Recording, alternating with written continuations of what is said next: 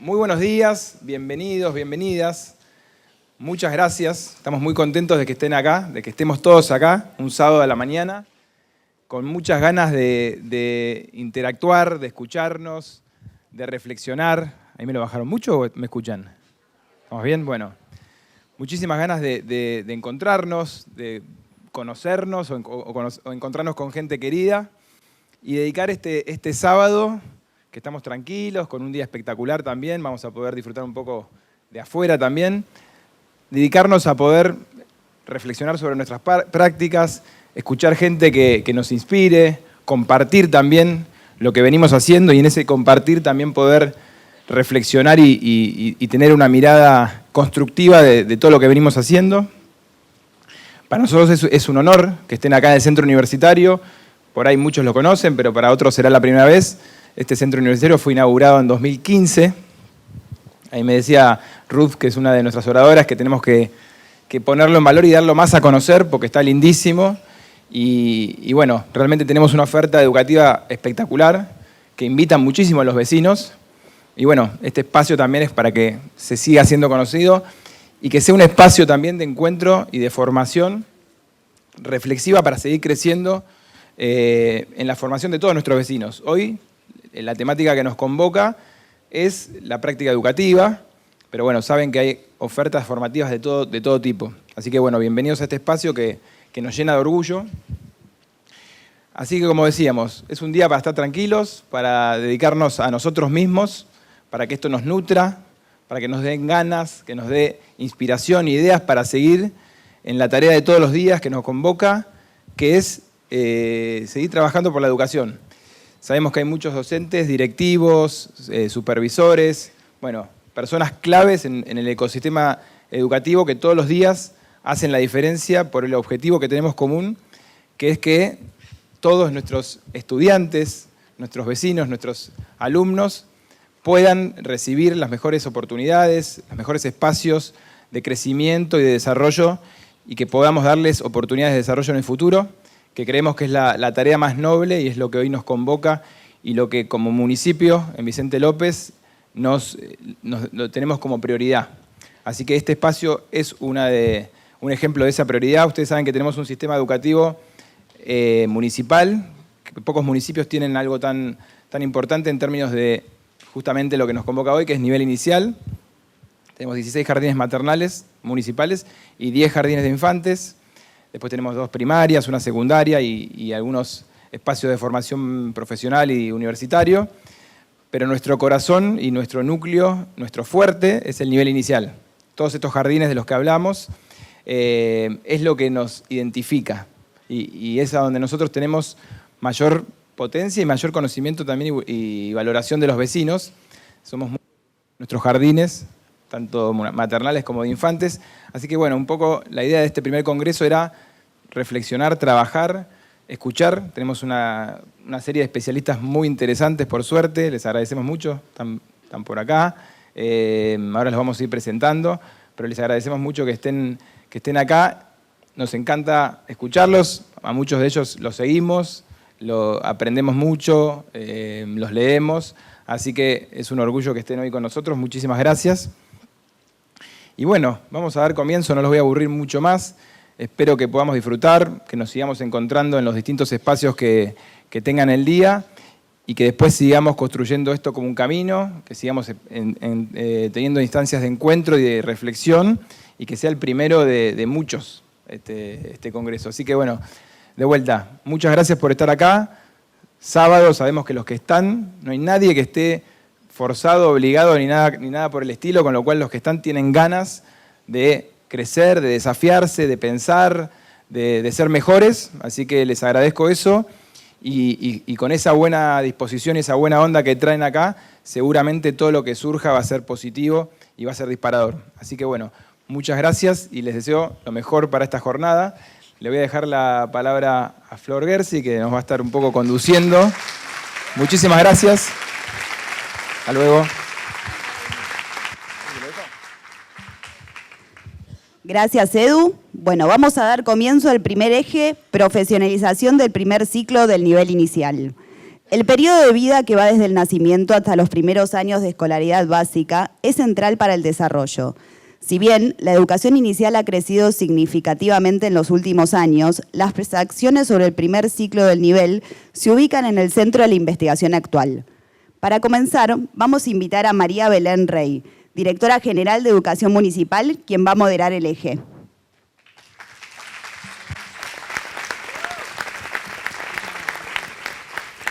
Hola, buen día a todos, a todas. Bienvenidas, bienvenidos. Qué lindo, estamos muy contentos de este primer congreso. Le voy a dar la bienvenida al escenario a la licenciada Mercedes Mayol Lasalle. Les cuento un poco sobre Mercedes. Ella es la presidenta mundial de OMEP, que es la Organización Mundial para la Educación Preescolar. Ella es maestra y licenciada en Ciencias de la Educación por la Universidad de Buenos Aires, profesora en la maestría en Educación Infantil de la Facultad de Filosofía y Letras de la UBA y es miembro del Grupo de Coordinación de la Consulta Colectiva de la ONG de la UNESCO sobre Educación 2030. Es coautora del libro Educación y Cuidado de la Primera Infancia, Pedagogía desde el jardín maternal. Bienvenida, Mercedes, y muchísimas gracias por estar acá. Donde quiera. Bueno, también voy a darle la bienvenida a quienes van a participar con sus ponencias en este espacio. Así que les voy a pedir que suban al escenario Marina Giugioloni y Natalia Baragiola. Ellas son integrantes del Jardín Maternal número 5 de Vicente López. Y van a estar exponiendo con la pedagogía del cuidado. Van a representar un trabajo realizado además por Janina Arenas, Jennifer Cabezón Álvarez, Vanina Sirimele, Patricia Areca y Mariela Suárez. Chicas, bienvenidas. Tomen asiento por donde quieran. Hola. Y por último, en representación del Jardín Vélez Sarsfield, le vamos a dar la bienvenida a Jessica Sánchez, que va a estar compartiendo la exposición ¿Qué enseñamos cuando no enseñamos?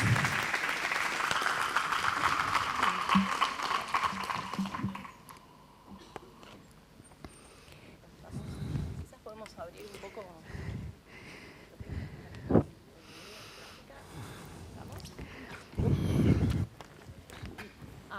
Sí, dale. Mercedes, vamos a pasar acá. Ok. Yo soy muy obediente. Bueno, estamos listas ya, todas ubicadas. Bueno, Mercedes, te cedo el micrófono, bienvenida y muchas gracias. Bueno, buenos días a todos y todas. Y la verdad, un placer volver a venir a este espacio tan importante, este centro universitario, que allá lejos y hace tiempo Cristina Rodríguez me había invitado, así que estoy muy honrada y por supuesto muy agradecida con esta invitación a la Secretaría de Educación y Empleo y a todos sus miembros y jóvenes miembros.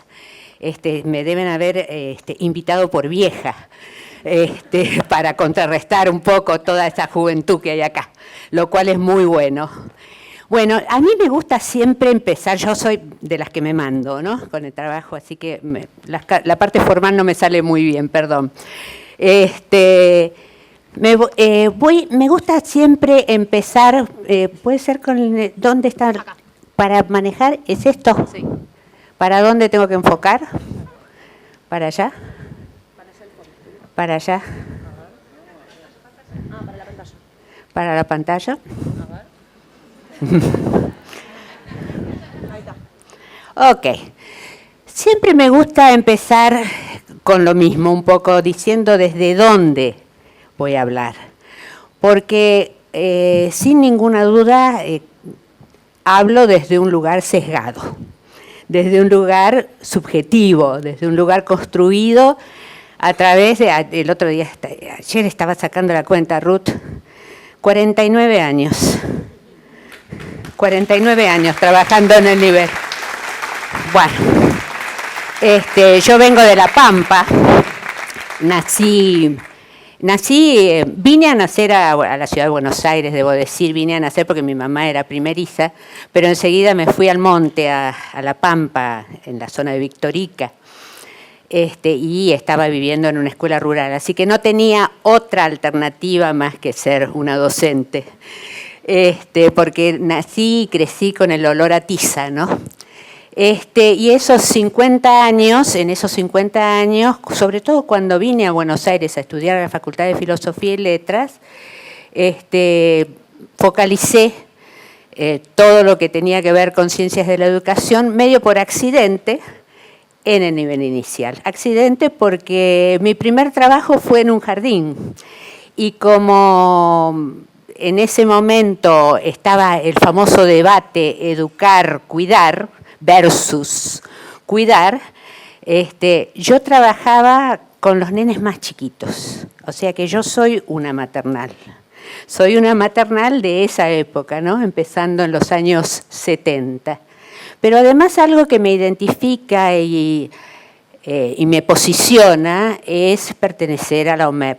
Soy miembro de la OMEP hace muchos años, y la OMEP es una organización no gubernamental sin fines de lucro que hace 75 años que está trabajando en el mundo, parada en el paradigma de los derechos humanos. Nosotros trabajamos fuertemente por los derechos humanos de las primeras infancias desde el nacimiento. Y consideramos que el derecho a la educación es un derecho absolutamente fundamental y es un derecho habilitador de los demás derechos humanos, ¿sí? Y por eso trabajamos desde ahí. Y trabajamos también desde la construcción de una pedagogía, como dirían los franceses, las compañeras de Canadá, bienveillante, de la bienvenida al mundo, de la bienvenida al mundo.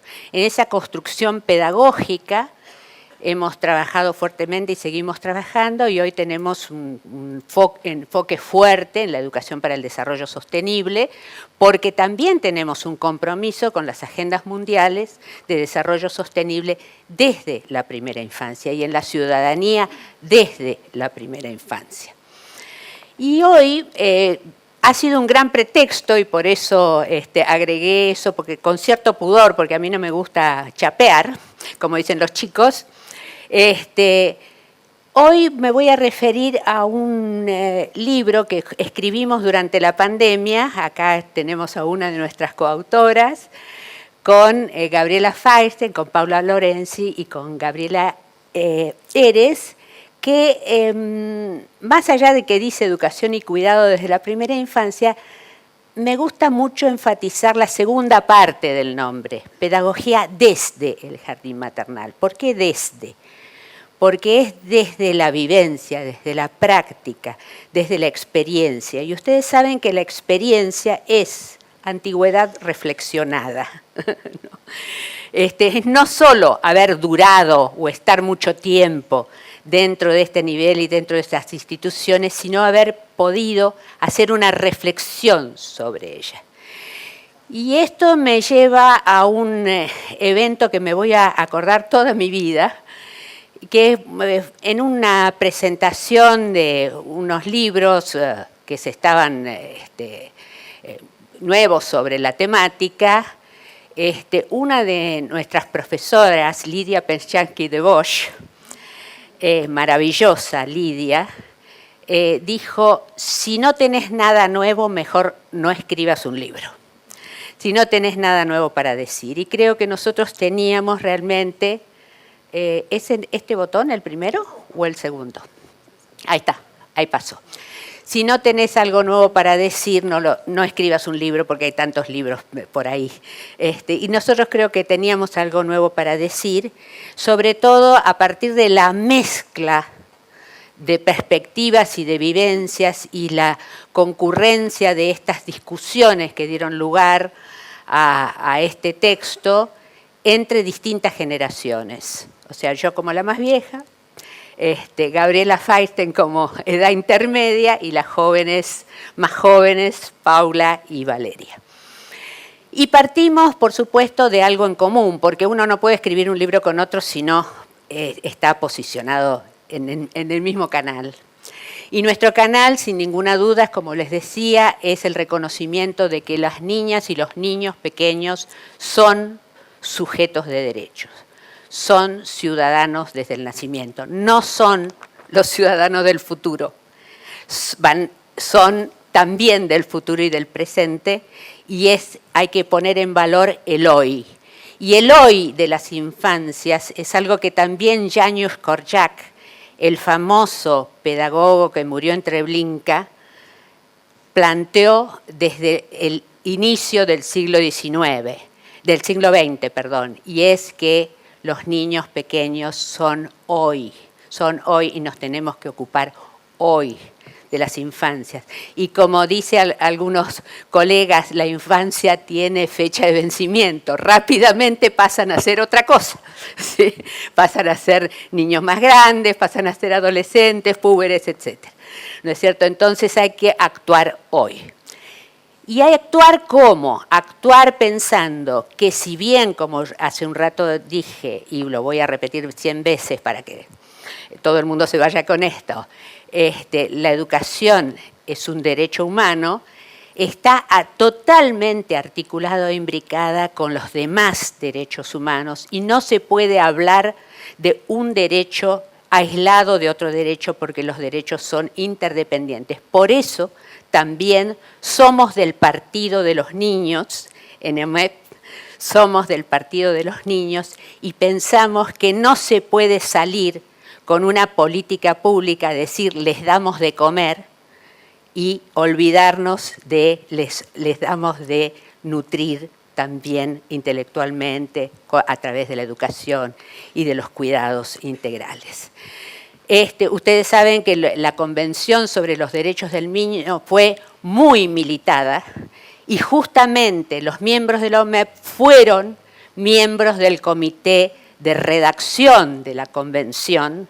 Por esa razón hay que tener en cuenta que los derechos humanos se militan y se trabajan toda la vida, ¿no es cierto? Que siempre va a haber tensiones y que siempre va a haber, es fruto de un proceso histórico todo lo que se ha logrado. No es que vamos a hablar de derechos ahora que tenemos una convención.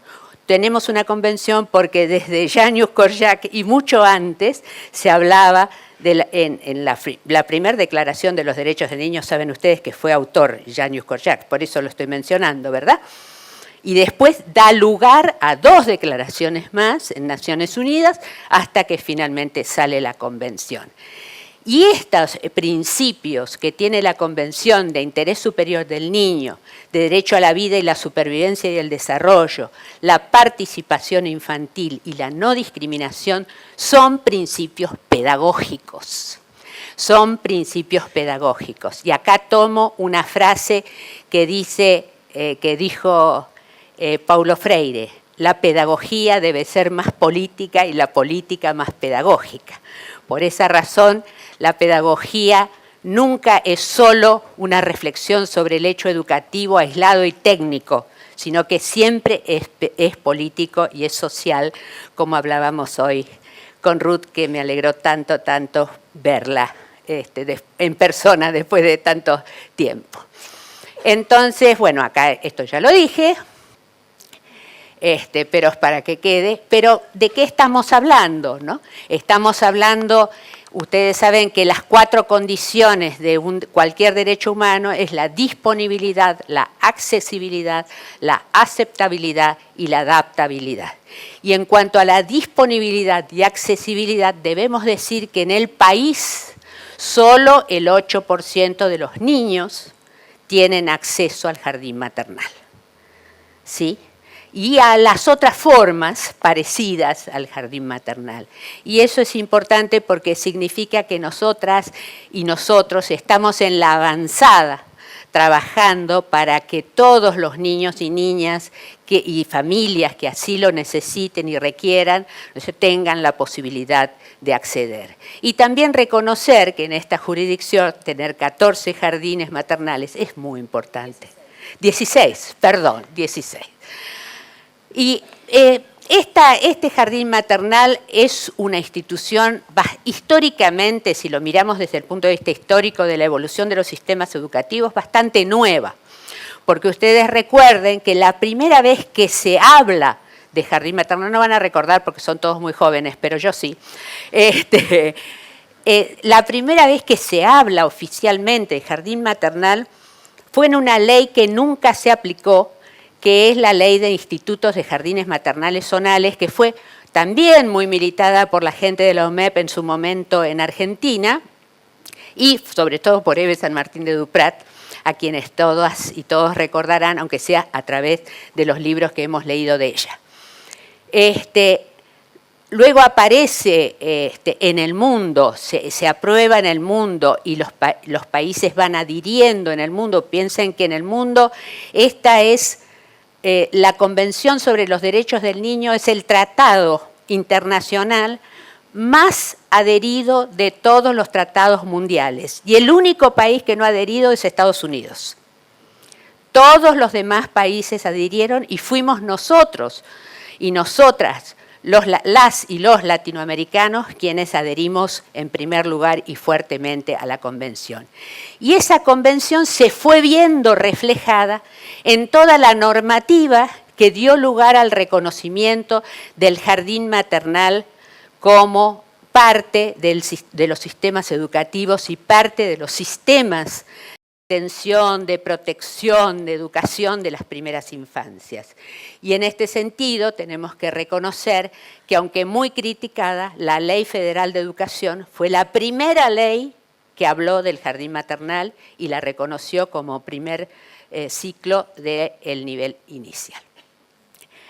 Junto con eso, y no menor, perdón, voy para atrás, apreté sin querer, junto con eso, como marcos también normativos, se fueron desarrollando los diseños curriculares, que como dijo alguna vez Zabalza, y nosotros lo hemos adoptado, los diseños curriculares son cartas de derechos de los niños, porque a través de los diseños curriculares la sociedad y los gobiernos se expresan, ¿no es cierto?, expresan qué es lo valioso de aprender dentro de los jardines maternales, ¿sí? Y entonces en las distintas jurisdicciones de Argentina, a través del tiempo, se dio lugar a la definición de diseños curriculares y también de los núcleos de aprendizaje prioritarios, que guían nuestro accionar, guían, ¿no? Después de eso va a hablar Ruth. Entonces, en todo esto, queremos reconocer que el campo de la educación y el cuidado de la primera infancia es un campo que siempre tiene tensiones y siempre tiene conflictos. Y sobre todo tiene conflictos en 0-3, digamos, del nacimiento a los 3 años. ¿Por qué?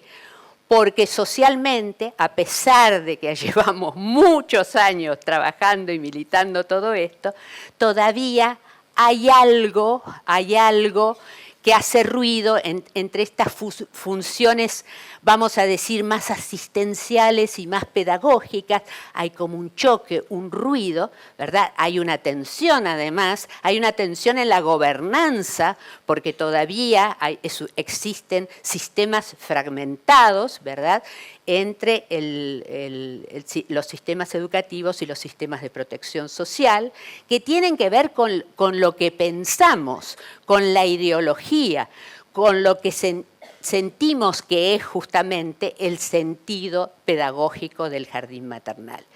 Los aprendizajes además se confunden con el desarrollo y por eso hay tantas discusiones didácticas, ¿no?, relacionadas con si se aprende, si no se aprende, qué clase de contenidos son, por qué hay diferencias entre los contenidos más académicos que nosotros reconocemos como parte de la escuela, ¿no? Y esas tensiones todavía confunden el sentido pedagógico y conflictúan el sentido pedagógico. Por esa razón también, ahora que como presidenta mundial tengo la posibilidad de estar en los debates en Naciones Unidas y en otros países, veo la tensión entre los grupos que hablan de el desarrollo, ¿no? Los que hablan de Early Childhood Development, como tensionado con Early Childhood Care and Education, ¿sí? Esos dos grupos se tensionan todo el tiempo.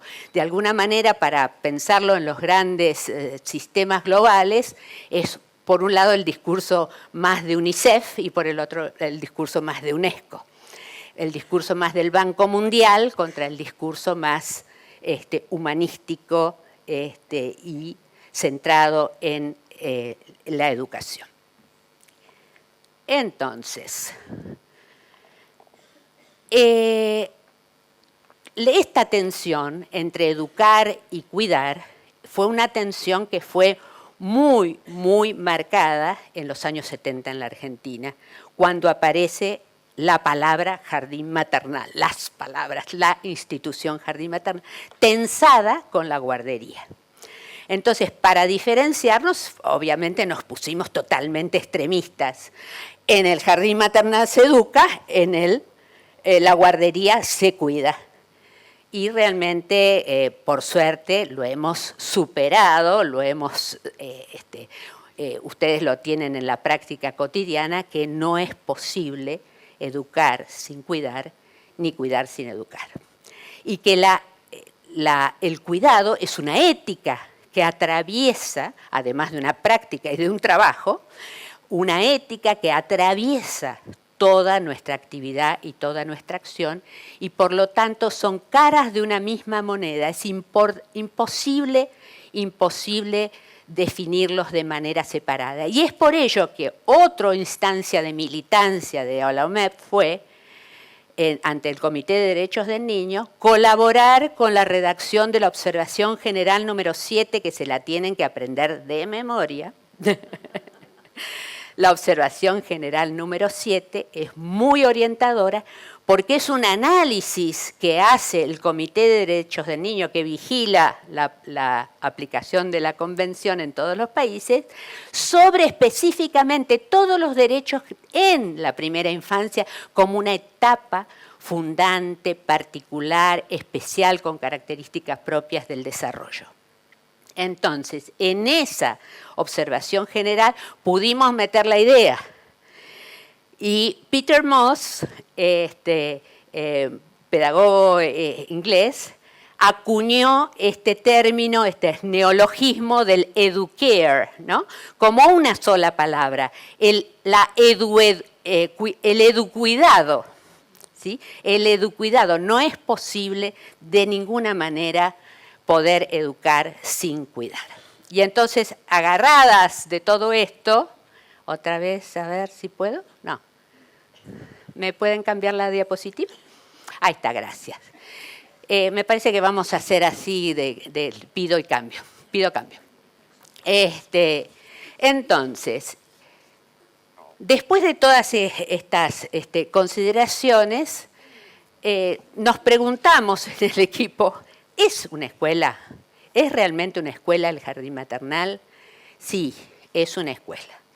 Pero es una escuela diferente. Todos los argumentos están por ahí en el libro, pero creo que no es necesario, con las 16 directoras que deben haber aquí y algunas maestras también y demás, poder reconocernos como tales. ¿Sí? Reconocernos como que estamos dentro de la escuela y que nuestra función social, política, es justamente ofrecer la posibilidad de enriquecer ese desarrollo y desplegar ese desarrollo a través de la apropiación cultural. ¿Sí? Y ese es un proceso, eso define un proceso educativo. Además, es una escuela diferente porque tenemos una pedagogía diferente. Una pedagogía que otra vez, mirando la observación general y mirando los derechos humanos, se focaliza en el juego, en el derecho al juego, se focaliza en el derecho a acceder a la cultura, pero no solamente como recipiente, sino acceder a la cultura activamente, transformarla. ¿Y cómo transforman los niños pequeños la cultura? a través del juego, de las canciones, del movimiento, de la danza, de la poesía, de las construcciones, de todo lo que los niños crean e inventan y transforman, de sus propias hipótesis que se van moviendo, ¿verdad? A través de todo eso transformamos la cultura. Entonces los niños no son solo receptores, son agentes, tienen agencia en lo que se llama la apropiación cultural y que tiene que ver con una de las condiciones de los derechos humanos, que es la adaptabilidad y la aceptabilidad. Y otro tema es el formato escolar. El formato de los jardines maternales es diferente, distinto. Muchos jardines maternales tienen salas integradas, otros tienen... A ver. Muy bien, este es más fácil. Vamos a ver si me sale. Yo soy amiga de la tecnología, por más que sea vieja, no importa. El formato escolar es otro formato, es un formato además que exige una solidaridad entre los distintos actores que hay, las maestras, las cuidadoras, las auxiliares. Menciono así a las educadoras en general porque es tal la diversidad en toda América Latina y en todo el mundo respecto de cuál es el rol de los educadores. Y justamente ahora estoy trabajando con la Internacional de la Educación y con la OIT, porque estamos tratando de desarrollar indicadores sobre los famosos lineamientos del trabajo digno de los educadores de la primera infancia, que es un documento que colaboramos en su momento en Suiza, en la OIT, para que marcara cuáles son las pautas de trabajo vinculadas con los ratios, o sea, la relación entre cantidad de niños docente, vinculada con la capacitación permanente, con todas las distintas aspectos del trabajo que hacen al trabajo digno, ¿verdad? Que es tan indigno en muchos lugares. Fíjense, por ejemplo, en Panamá, las educadoras del nacimiento a los 3 años reciben una propina juntada por los padres. No tienen ningún tipo de sueldo fijo ni nada por el estilo, ni vacaciones ni nada. Bueno, también, por supuesto, los otros debates que también atraviesan a los otros niveles, como las tensiones entre uniformidad y singularidad, y sin ninguna duda las características propias de los niños pequeños exigen singularidad, ¿no? En la mirada y en los aportes. Entonces, analizando un poco y tratando de sistematizar un poco toda este debate y esta experiencia que hemos venido teniendo en conjunto, pensamos que las funciones centrales, hemos planteado que las funciones centrales del jardín maternal tienen que ver con 4 aspectos. El primero es ampliar los horizontes culturales del desarrollo, el segundo, cultivar las bases vinculares seguras, dignificar la infancia, el tercero, y el cuarto, alojar la crianza. ¿Y de qué estamos hablando cuando hablamos de ampliar los horizontes culturales del desarrollo? De algo que venimos diciendo hace mucho tiempo. Nuestras instituciones no están solo para que el niño se despliegue y se desarrolle, sino para que enriquezca su desarrollo, ¿verdad? Ese desarrollo es un derecho. El desarrollo es un derecho humano. El desarrollo pleno, armónico. Por esa razón, nuestra función siempre va a ser enriquecer, trabajar, también seguramente Ruth lo tomará, en esa zona de desarrollo próximo, ¿verdad? En ese horizonte de poner más allá la vara, en esa expectativa que a veces se llama el efecto abuela, ¿no? De pensar que el niño puede mucho más y que va a poder, y alentarlo y mostrarle otras posibilidades. Entonces, de ahí viene también nuestra preocupación, que muchas veces hablábamos de lo cotidiano, ¿no? De, por ejemplo, la música. se planteaba una fiestita y poníamos de la música de la bailanta. Todo genial, ¿no? ¿Y por qué le pusiste esto? ¿Por qué elegiste esto? ¿Y por qué les gusta? Pero ¿cuál ha sido el criterio? Es que a ellos les gusta porque en la casa... Pero digamos, nosotros no estamos para mostrar algo más. Otras experiencias, otros contenidos culturales que amplíen la posibilidad de desarrollo y su horizonte, sus límites, porque todos tenemos, en todas las familias y en todos los contextos, siempre hay horizontes que nos marcan un límite y queremos traspasar ese límite y enriquecer, ampliar. Por otra parte, ¿cómo ando con el tiempo? ¿Quién era la que me iba a controlar? ¿Cuándo? Bueno. Porque a mí me ponen play y es tremendo. Bueno, cultivar bases vinculares seguras. Y acá vuelvo a pensar en los precursores, porque uno nunca piensa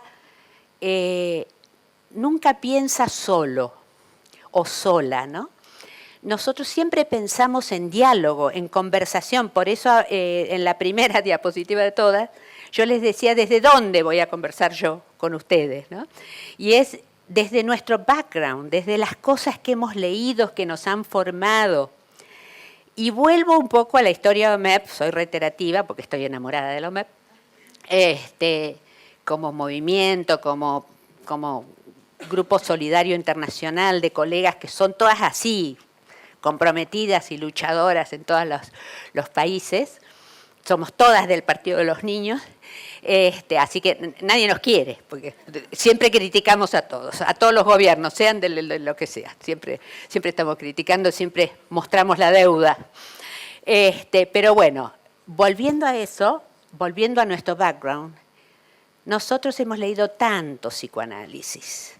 Y justamente las fundadoras de la OMEP, una arquitecta inglesa que trabajaba con niños que habían sido movilizados en la época de la guerra y que habían sido separados de sus familias, una pacifista y humanista sueca, una pedagoga francesa, todas esas personas que fueron formando la OMEP en el mundo y después viniendo para acá, para la Argentina, estaba Eve, estaba Cristina Frichte, estaba Beatriz Capalvo, tanta gente del Eccleston, inclusive estaba Florencio Escardó, que le peleó un poco la presidencia de la OMEP Argentina a Margarita, así que a Margarita Ravioli. Así que bueno, en esos textos, ¿qué leíamos? Leíamos a Anna Freud, a John Bowlby, y entonces este background nos hace pensar y nos hace saber, y además el trato diario con los niños pequeños, qué importante que es crear vínculos positivos, sanos, que no es fácil, porque obviamente uno tiene afinidades rápidas, reencuentros, diría a lo mejor Pichon Rivière, con niños que uno no ha conocido, pero que como que le suena, ¿no? De los vínculos primarios y de los primeros vínculos que nosotras mismas tuvimos con nuestras mamás, con nuestros papás. Entonces hay algunas mamás que ya las catalogamos de abandonadoras porque nos resuena algo de nuestra mamá. En fin. Yo por eso siempre digo que hay que poner en cuestión el Día de la Madre, ¿no? Y que no hay que idealizar tanto con las madres. Pero bueno, yo también soy madre, así que ya sé que no me idealizan mucho. Después les cuento la anécdota del tatuaje. Después les voy a contar la anécdota del tatuaje. Bases vinculares no son solo algo que se da espontáneamente, se trabaja dentro de la institución, porque justamente los vínculos son algo que pasan por el subterráneo, pasan por el sótano de nuestros jardines, de nuestra propia constitución personal, de nuestra propia personalidad, son en gran parte inconscientes. Entonces es tan importante poder trabajar, poder plantear dentro de la dinámica de trabajo institucional, el poder hablar de esos sentimientos, de las cosas que no me funcionan con esta familia, junto con el colectivo de nuestras colegas, de la directora, de la gente del gabinete, no sé cómo se manejarán acá en Vicente López, pero sé que no están solas las maestras, sé que no están solas, y eso es muy importante. Eso es muy importante, poder hablar de estos temas y poder poner en palabras y poder aprender y poder también referirnos a todo ese marco conceptual que nos precede y que nos sostiene en el sentido pedagógico del jardín maternal. Por eso la construcción de profesionalidad siempre se va a hacer junto con otros, en diálogo con otros, en diálogo democrático con otros y con otras significativos también para los adultos.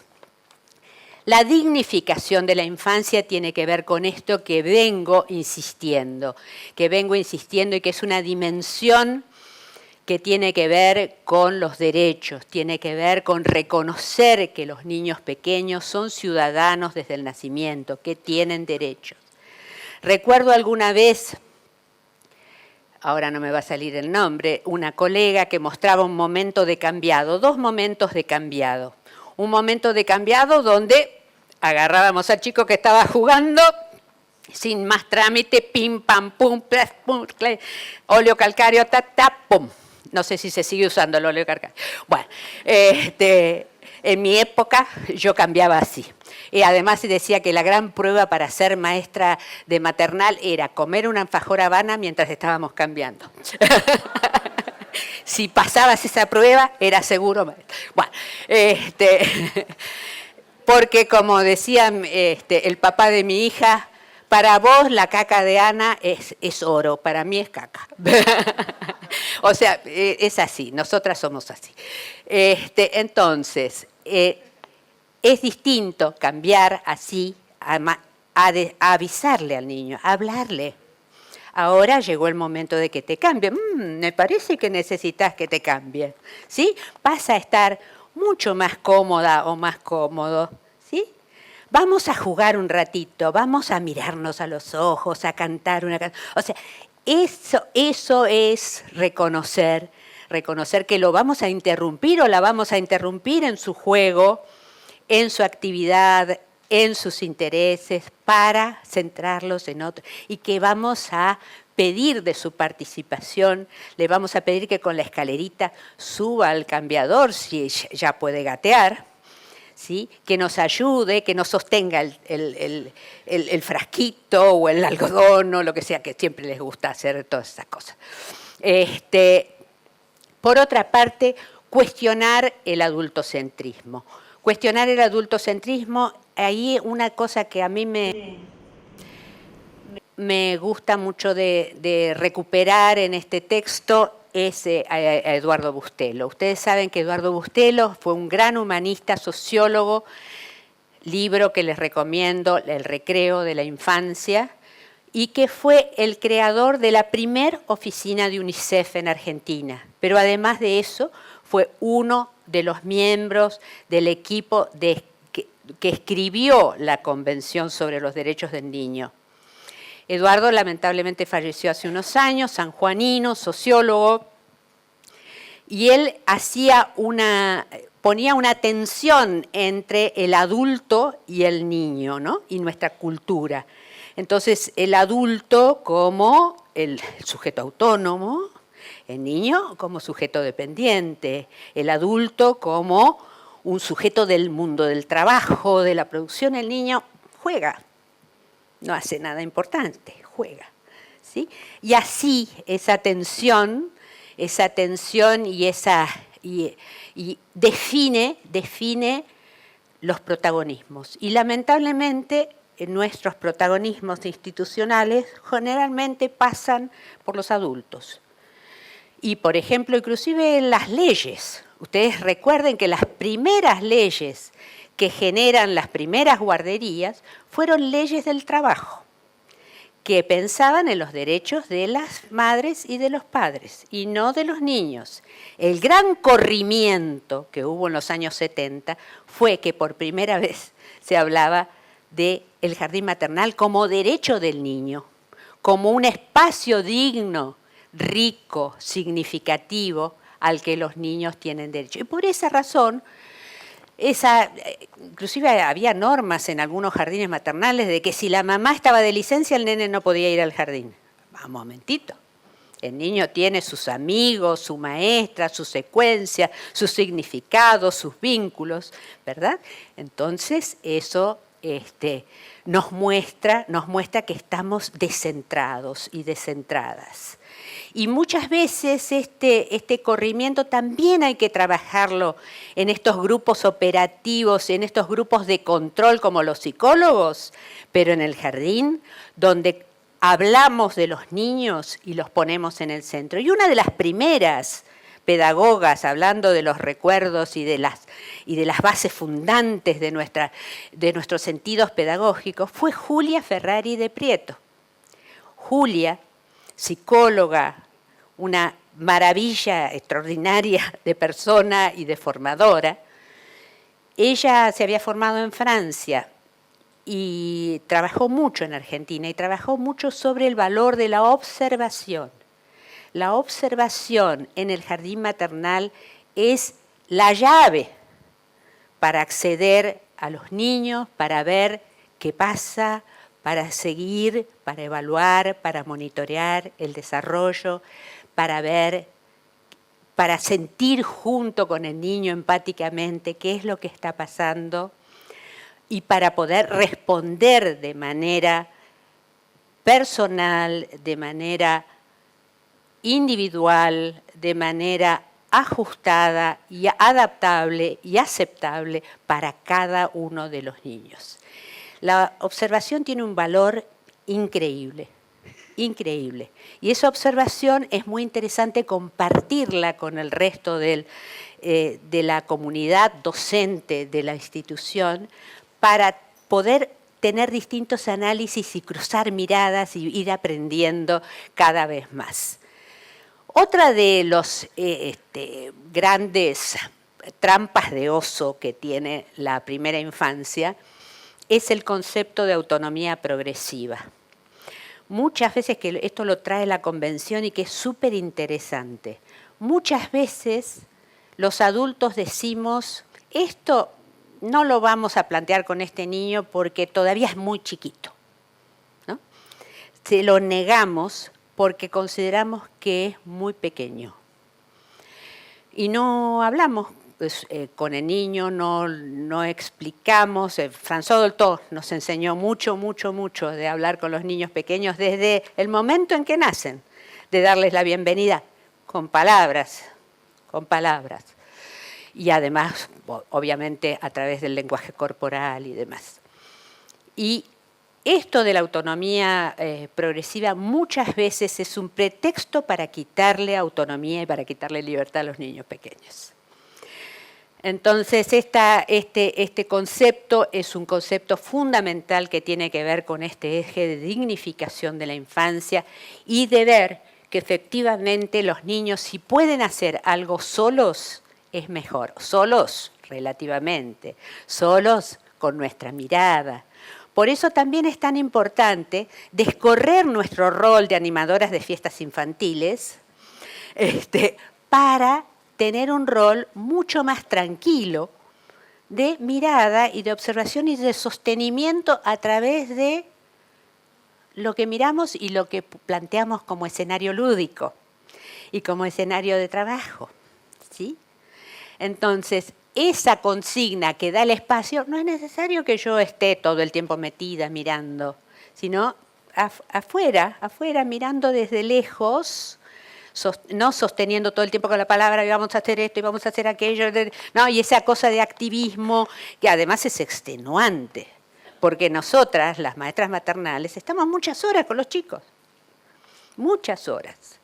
Entonces, poder estar más afuera, mirando y sosteniendo y preparando previamente el espacio, nos va a permitir una observación, una dignificación y una autonomía mayor de cada uno de los niños y su autovalimiento. Voy cerrando.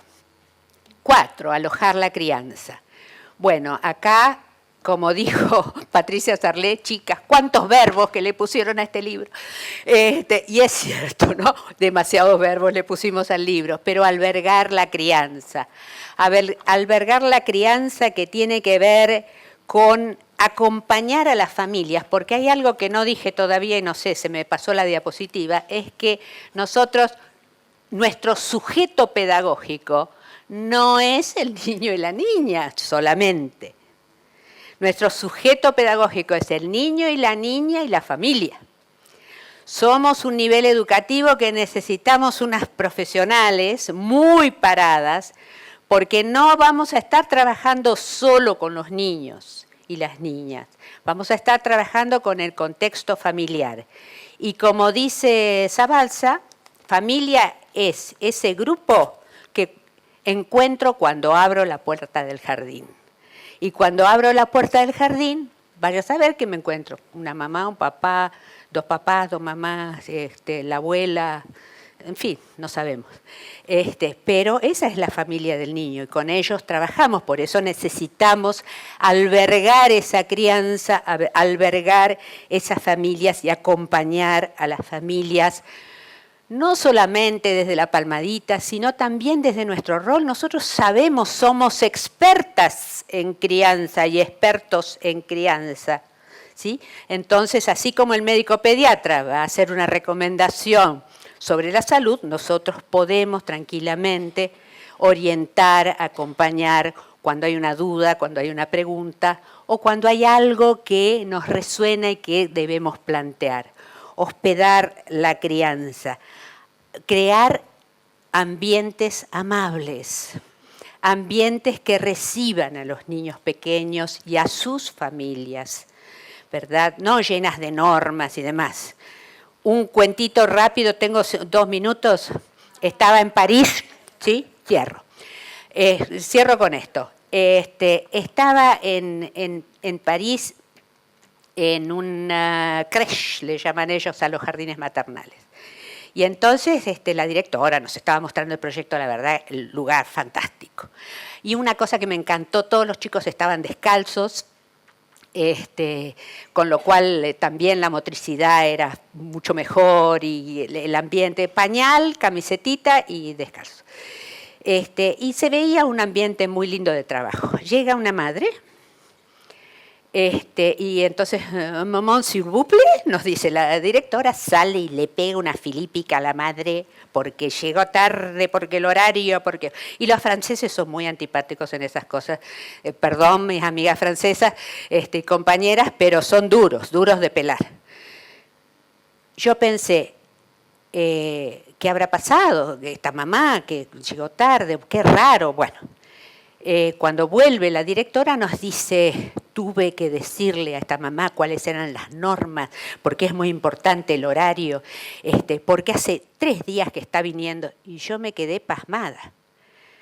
¿Por qué? Porque si hiciera 3 días que viene, nosotros hubiéramos, como buenas argentinas psicoanalizadas, interpretado que la madre se resistía al periodo de inicio y que tenía desconfianza y que necesitaba un tiempo para gestar esa confianza.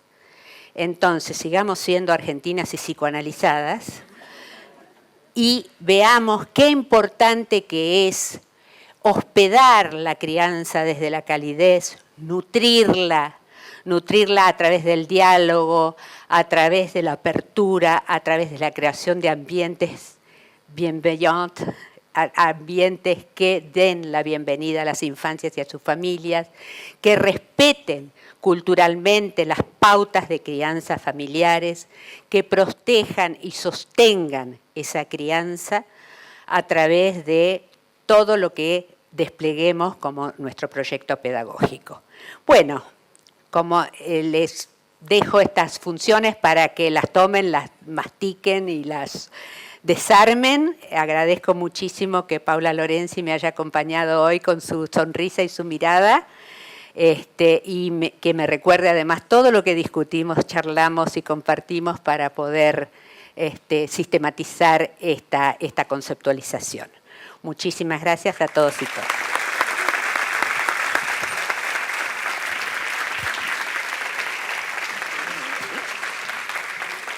Gracias, Mercedes. Un placer escucharte. Muy bien. Gracias.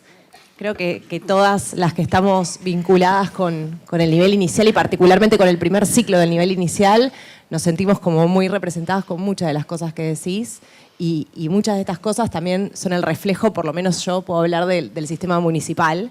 Nosotros tenemos equipo de orientación escolar que también están acá, acompañando también, asesores pedagógicos.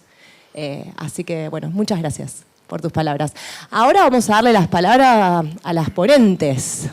Vamos a empezar con Marina y con Natalia del Jardín Maternal número 5. Chicas, les paso el micrófono.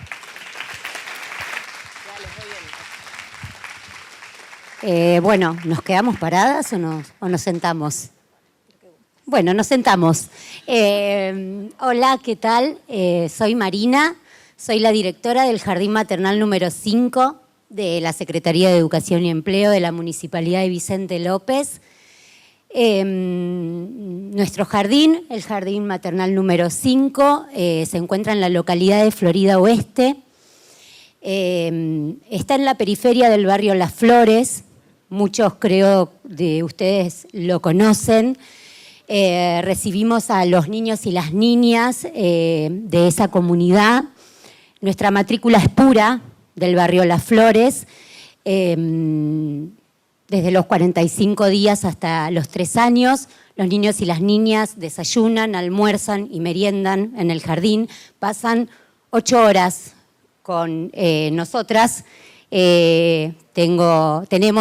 Somos un equipo de 7 profesionales de la educación, con auxiliares, con equipo de orientación escolar, que nos permite abordar una tarea ardua y amplia, porque imagínense que nuestra experiencia se llama el Jardín Maternal número 5 y la pedagogía del cuidado, y no sabes lo contenta que me puso escucharte hablar, porque nosotras venimos pensando en esto del educar y el cuidar, en esto de que es lo mismo, y que muchas veces, quizás hablo por mí, vengo del segundo ciclo, y a veces el jardín de infantes, cuando piensa en el maternal, piensa en toda esta parte asistencial, y yo como directivo tuve que hacer un recorrido para poder unir esto y saber que era uno con el otro, y más en el contexto donde nosotras trabajamos, porque hay necesidades básicas que cubrir, porque sabemos que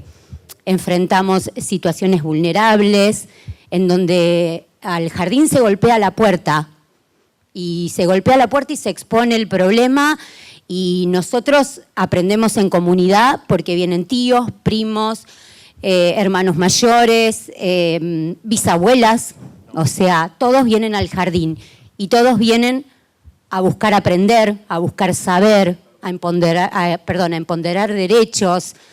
El jardín tramita todo, es una puerta hacia todo. Entonces, desde ahí es que esta pedagogía del cuidado nace y está, digamos, reflejada en nuestro proyecto institucional de este año, que es con el que terminamos de dar una vuelta a este trabajo de 3 años que llevamos, que este año se llama el desarrollo integral de las niñas y los niños en los primeros 1000 días. Le voy a pasar el micrófono a Natalia, que es maestra del jardín, de la sala de 2, en este caso, que ella va a seguir comentándonos un poquito del trabajo. Gracias. Qué lindo. Bueno, vinimos a validar un poco todo lo que nos fuiste diciendo con tanto amor, con tanta pasión, así que es un placer. En nuestro jardín vale decir que esta conducción nos ofrece una posibilidad de trabajar democrática y colaborativa, donde todos podemos participar, donde todas las palabras valen, todas las opiniones se ponen a disponibilidad, donde juntas podemos pensar, podemos hacer un análisis epistemológico del contexto en el que estamos, podemos trabajar de manera solidaria. Todos somos importantes, las auxiliares son un apoyo fundamental, el equipo de orientación escolar es una red de contención que para nosotras vale muchísimo, y en esta democratización del poder armar juntas el proyecto institucional hace que podamos pensar, podamos analizar, podamos ir de un año al otro viendo qué necesidades tiene nuestra población para poder redoblar la apuesta y ofrecerles el mejor proyecto institucional. Pasa para atrás si querés un momento. Nosotros, como dijo Marina, venimos trabajando desde hace unos años. El 2020, como todos saben, fue una bisagra que expuso notablemente, nos expuso a todos como seres sociales, donde nos hemos sentido solos, desvalidos, y en nuestra población en la que estamos insertos realmente hemos encontrado mucha falta de todo, sobre todo de educación, donde nos ha costado mucho trabajar en ese 2020, pero lo fuimos acompañando sobre todo desde el cuidado y desde el asistencialismo, sin dejar de revalidar lo que es la educación. Entonces, cuando nos encontramos en el 2020 en una modalidad presencial y virtual, elegimos trabajar el proyecto institucional que se llamaba La palabra con la voz y con el cuerpo.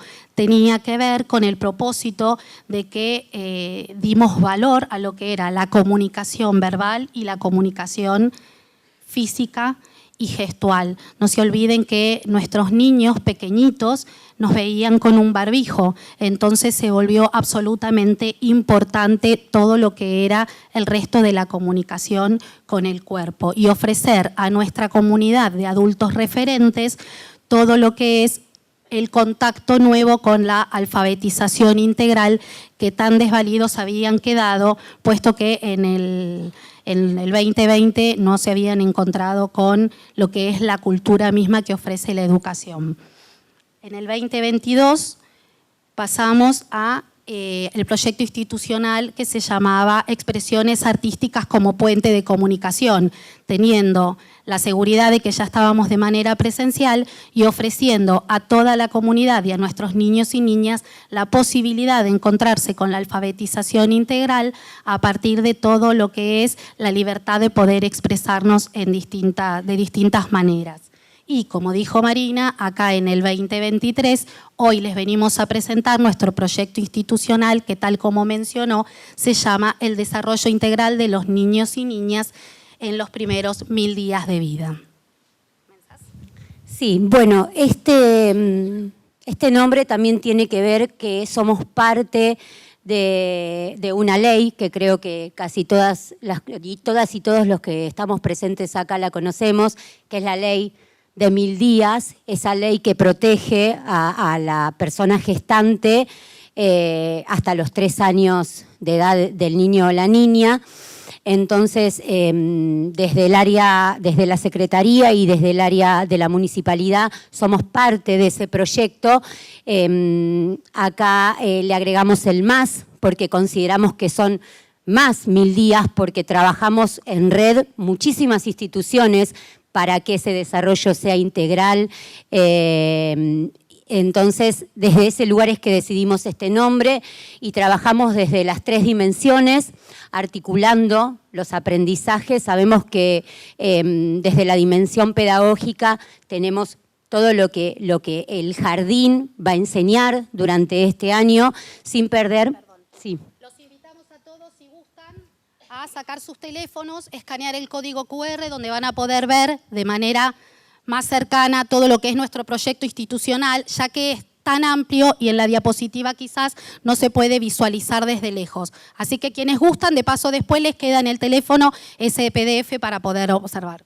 es que es muy ambiciosa nuestra red. Entonces, cuando quisimos achicar, quisimos mostrarla, nos dimos cuenta que era tan grande, tan felices de que abarque tanto, pero bueno, nos pasó esto.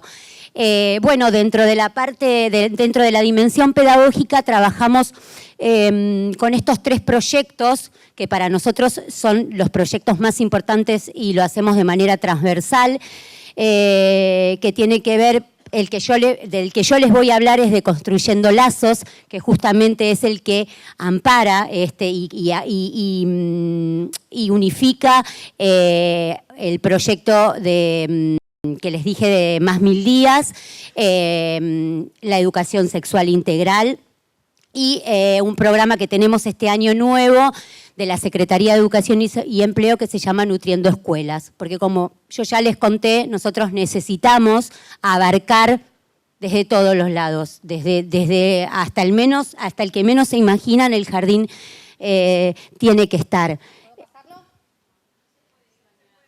¿No se puede? Ah.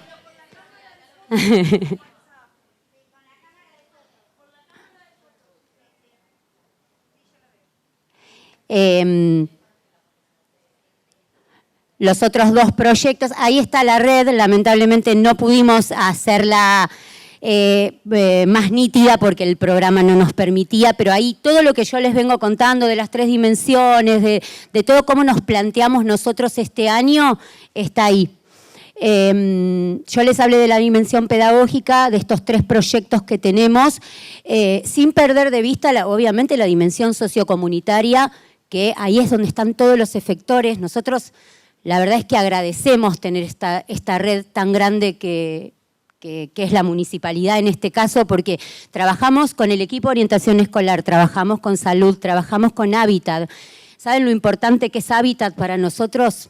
Porque las viviendas las vieron hace un rato, o sea, yo levanto un teléfono y hablo con Hábitat, hablo con alimentación saludable, hablo con tránsito también. He llegado a comunicarme porque también suceden cosas que tienen que ver con el mal estacionar, con el educar. Desde todos esos lugares nosotros educamos. Así que esa sería nuestra dimensión sociocomunitaria y obviamente, como acá lo estuvimos conversando hace un rato, las familias, ¿no? Porque cuando recibimos un niño de 45 días es difícil pensarlo sin la familia que viene al jardín. Es con quien sea, en este caso, con quien lo traiga al jardín, uno empieza desde esos 45 días ese camino a la educación. Bueno, le voy a pasar a Nati. Así, incluso antes, claro, porque cuando vienen a inscribir, las mamás vienen ya embarazadas, entonces ya conocemos parte de esa historia y cuando nacen nos avisan porque hay que cambiar inscripciones, porque eran fechas probables de parto y después pasan a ser niños y niñas con nombre y apellido, porque nacieron, porque vienen, los presentan, se acercan. ¿Querés que nos acerquemos ahí para poder mostrarlos un poquito más? ¿No? ¿Vos vas a hablar de STEAM? Sí, en realidad. Ustedes todos saben que nosotros este año nos hemos encontrado con un nuevo marco político que tiene que ver con el nuevo diseño curricular. ¿Sí? El nuevo diseño está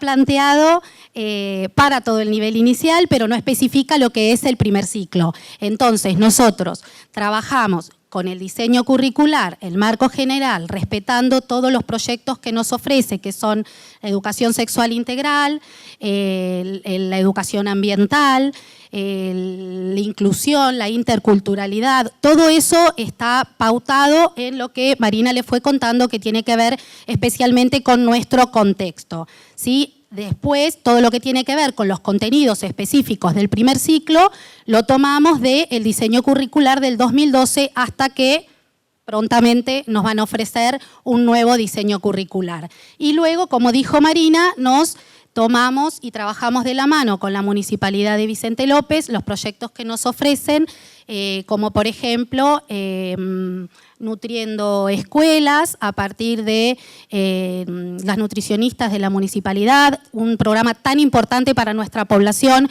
que tiene muy mala alimentación, no solo desde lo educativo, sino desde lo económico, con lo cual nos da mucho orgullo saber que hay muchas familias que nos agradecen, que nosotros compartimos las grillas y ellos muchas veces cocinan en sus casas las propuestas que también nosotros les damos en el jardín y sus hijos a partir de ahí aprenden a comer. La educación sexual integral no solo les enseña a ellos, ya que nosotros estamos muy encima de los adultos como referentes para que puedan respetar los derechos de nuestros niños y niñas, ya que están absolutamente vulnerados, pero no porque sean malas personas, sino precisamente por este déficit de educación integral que tienen las familias de décadas y décadas y que se apoyan tanto en nuestro jardín maternal que los abraza con tanto amor y respeto. Y la educación sexual integral, además, a nosotras nos sirve de sostén, puesto que nos encontramos con estas situaciones tan vulnerables como padres privados de la libertad, donde madres están totalmente abandonadas y con poca educación y no saben cómo moverse, entonces se apoyan en nosotros o en el equipo de orientación escolar y los vamos conduciendo para que puedan respetar los derechos de nuestros niños y niñas. ¿Tenemos alguno más? No, bueno, llegamos al límite de tiempo. La verdad que para nosotros fue muy esperanzador poder mostrarles esto. Son realidades distintas, ni mejores ni peores, distintas. Como todos saben, somos 16 instituciones de jardín maternal, todas muy distintas. Pero nada, agradecerles el espacio, el tiempo, la mirada. Gracias.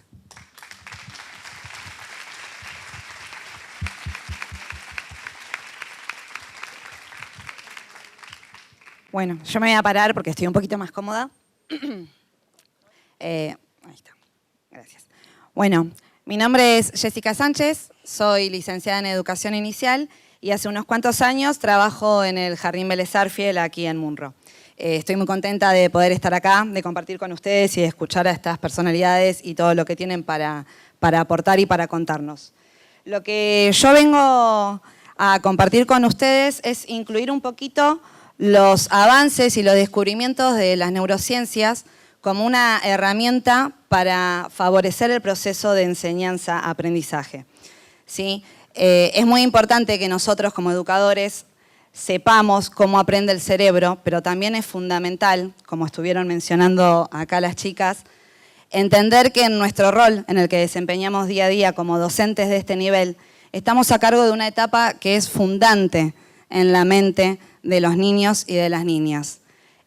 Los primeros 7 años de vida de los chicos con los que nosotros compartimos nuestra vida cotidiana son determinantes para la psicoemocionalidad de cada individuo. Entonces, lo que yo vengo a proponer hoy es hacer como una reflexión de qué es lo que enseñamos justamente cuando no estamos enseñando. Cuando no enseñamos me refiero a los contenidos propiamente pedagógicos, y acá reúno un poquito todo lo que ellas estuvieron contando, educar en todo lo que hacemos, desde abrir la puerta del jardín, desde cómo nos expresamos, cómo recibimos a esos niños, a esas niñas, a esas familias, en nuestra cotidianidad diaria, ¿sí? Porque en todo eso también estamos enseñando.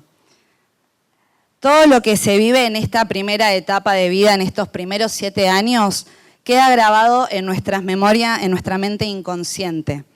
Y es lo que va a formar nuestro sistema de creencias. Es la base sobre la cual, cuando somos adultos, tomamos todas nuestras decisiones y vemos nuestros cursos de acciones. Todo está grabado ahí en esa memoria inconsciente que se funda y que es determinante en esta primera etapa de la vida. Nosotras, como docentes del nivel, pasamos mucho tiempo, como decían acá las chicas, en las salas y en las aulas. Muchos jardines, 4 horas y ya casi la mayoría 8 horas con estos chicos. Entonces compartimos mucho tiempo con ellos. Y pasamos a ser también referentes. Somos referentes educativos de los cuales ellos también van a tomar ejemplos. Ellos van a ir tomando ejemplos de los referentes educativos de la escuela, de los referentes educativos comunitarios, del entorno cercano, de las familias. Y con todo eso ellos van a ir armando luego su personalidad más grande. Pero estos primeros 7 años son muy importantes. Podemos empezar poniendo un ejemplo de lo que sería un día cotidiano en la vida de cualquiera de nosotros. Suena el despertador a la mañana, cada una tendrá su rutina matutina, y empezamos a ver, con suerte decimos, uy, hoy va a ser un día buenísimo. Y empezamos a transitar el día. Y quizás empiecen a surgir estos imprevistos en el camino al jardín, cuando llegamos al jardín, nos empiezan a pasar cosas y nos empiezan a hacer cuestionarnos ¿qué pasó con ese día maravilloso que yo iba a tener? ¿No? No sé, mucho tráfico, el celular no cargó durante la noche, llegan los mensajitos al grupo de WhatsApp de los imprevistos, no viene tal profe, hay una reunión que solucionar, y ese entusiasmo con el que nos levantamos a la mañana, en algunos casos va decayendo, en otros seguramente muchos se rían y puedan decir, bueno, que fluya. Otros se enojen, otros se frustren. Hay varias posibilidades de respuesta.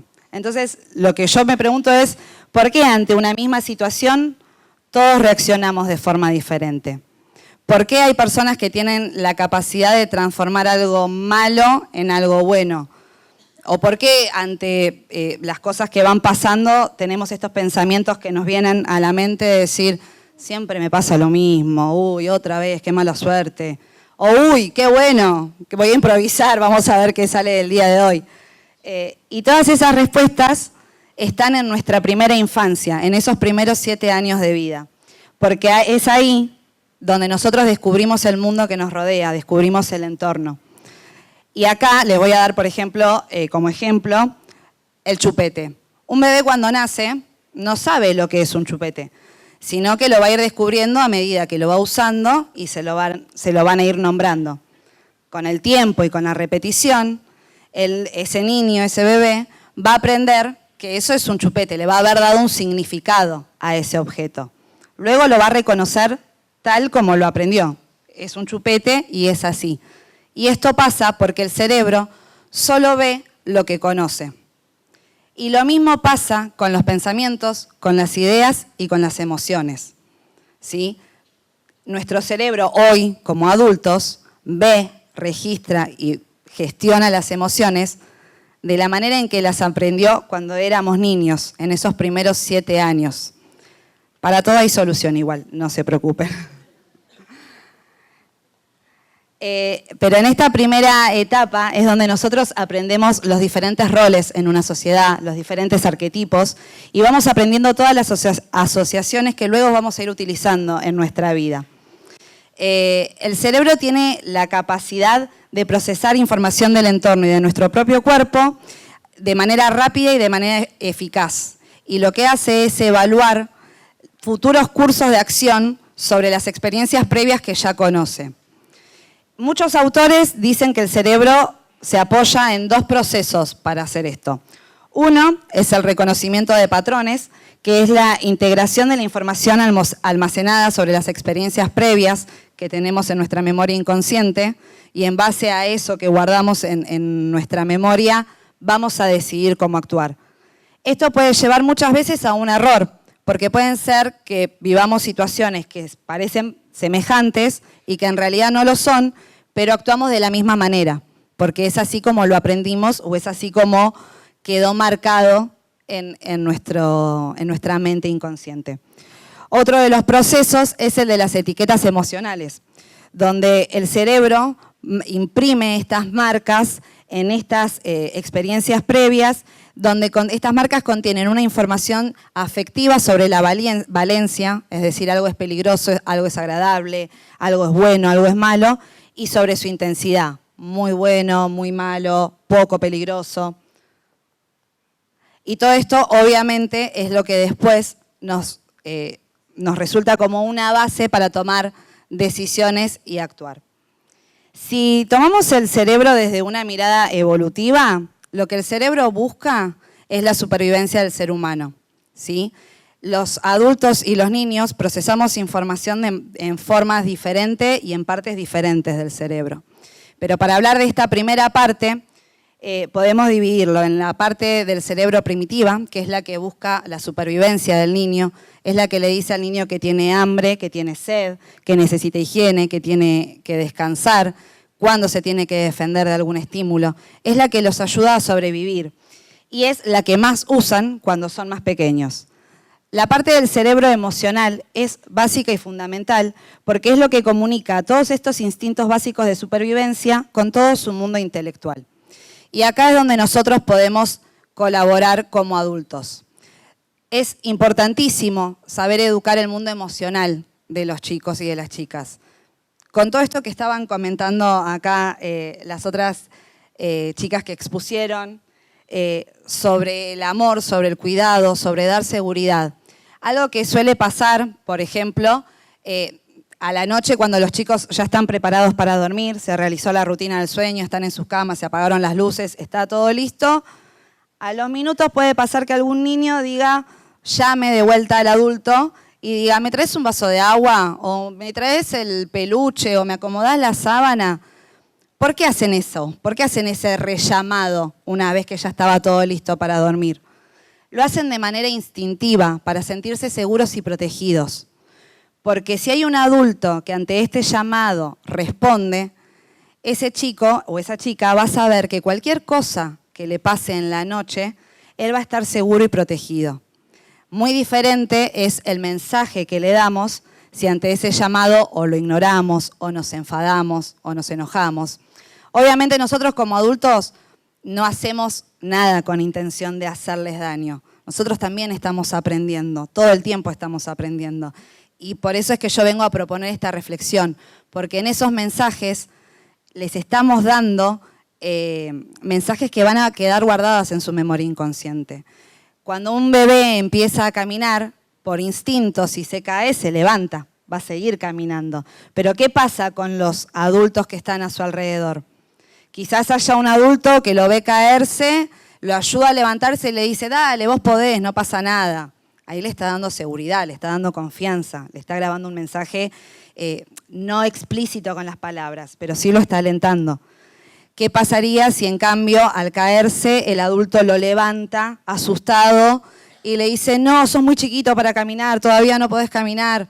O al revés, ay, fulanito caminó antes que vos, ya, ¿cómo te vas a seguir cayendo?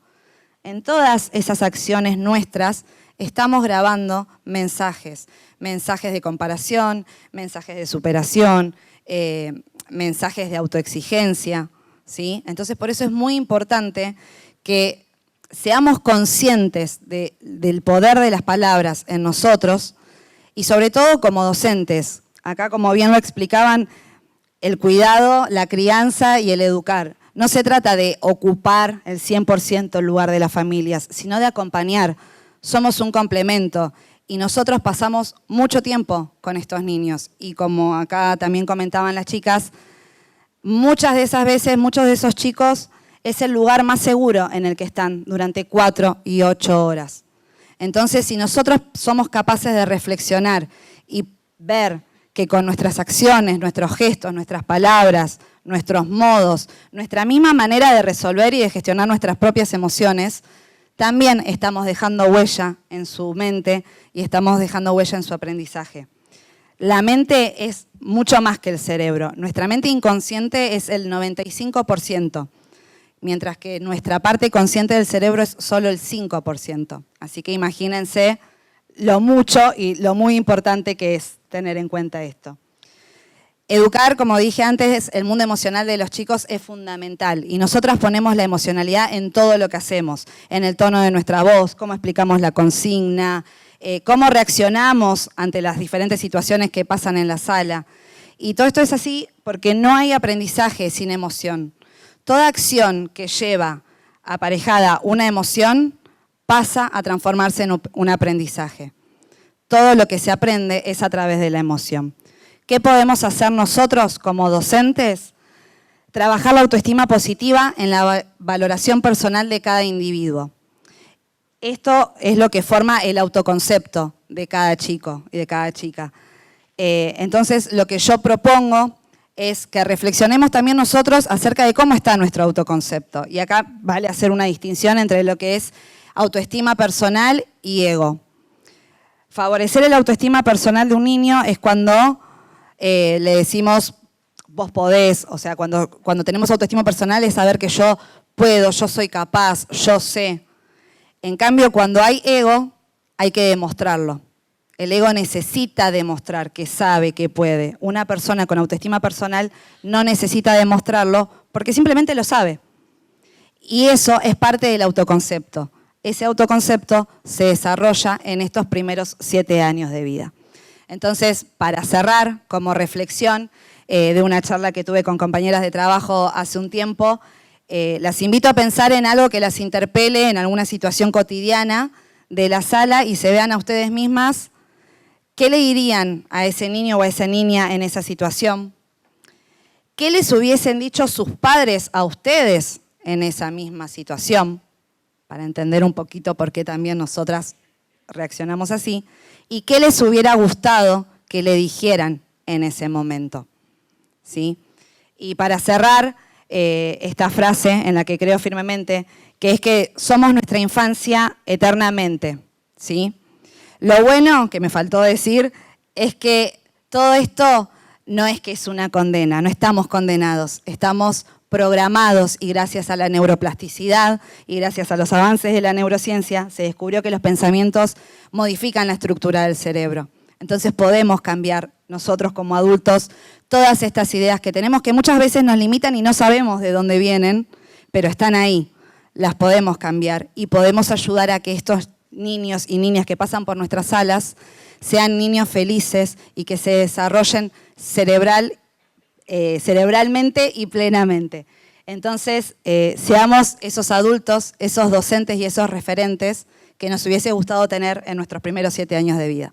Muchas gracias.